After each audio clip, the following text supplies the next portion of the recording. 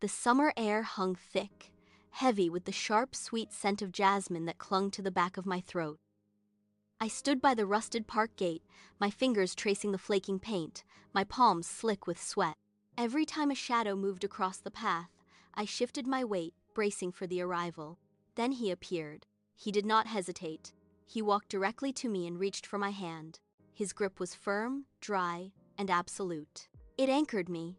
The world, which had felt disjointed and frantic just seconds before, snapped into sharp, vibrant focus. The heat of the afternoon seemed to retreat, replaced by the steady pressure of his fingers against mine. I looked at the path ahead, and for the first time, the park felt like a place I belonged in. He pulled me forward, and I followed, the iron of the gate clicking shut behind us. We moved into the light, and the day began. We spent the long summer afternoons tracing the path of the sun. We found the old library, where the brick walls held the heat of the day long after the light faded.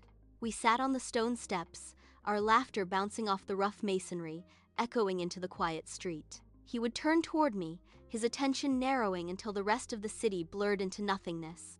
He watched my face with a steady, unblinking focus that forced me to hold his gaze. I leaned in, my voice dropping to a whisper, and told him the things I had kept locked away for years. I spoke of fears I had never voiced, and memories I had buried. He listened, his head tilted, his expression shifting only to acknowledge the weight of what I gave him.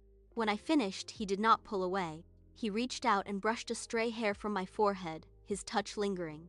In that space between the library walls, I felt entirely seen. Every secret I surrendered became a brick in the foundation of what we were building.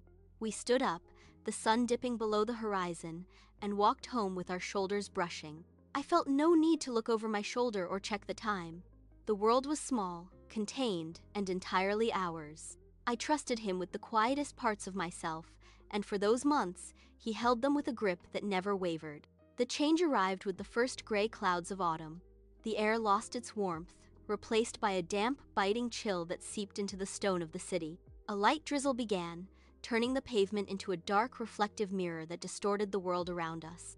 We took shelter under the leaking awning of a closed cafe. Water dripped rhythmically from the metal edge, splashing onto the concrete near our feet.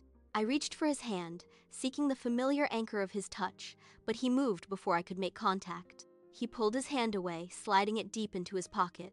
The sudden absence of his warmth left my side feeling exposed and raw. I waited for him to turn, to offer a smile or a word, but he kept his head tilted down. He stared at the gray puddles forming at our feet. The silence between us grew heavy, no longer comfortable, but sharp and suffocating. He did not look at me once. He kept his focus locked on the water, his posture rigid, his shoulders pulled tight. The space between us widened, not by distance, but by a sudden, impenetrable wall of indifference. He finally looked up, his eyes meeting mine for a fraction of a second before sliding away. He said, "I think we should stop seeing each other." The words hit me like a physical blow, forcing the air from my lungs. I stumbled back, my heel catching on the uneven concrete.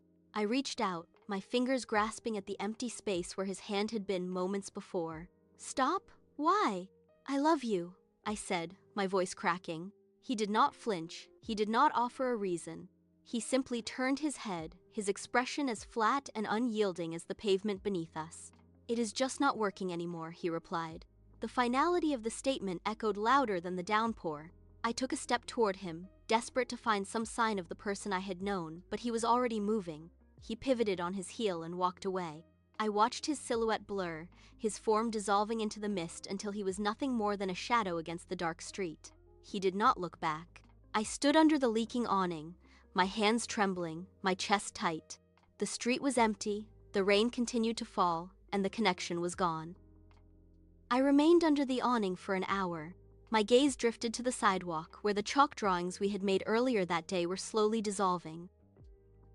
The lines bled into the gray water, the colors washing away until only faint, jagged smudges remained on the stone. My hands felt cold, empty, and strangely light. I stepped out into the storm, the water soaking through me, yet I barely felt the temperature. The city had gone quiet.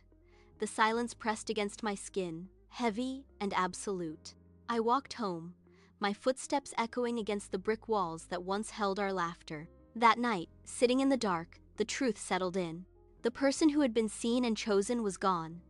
In her place was a hollow space where my confidence used to reside.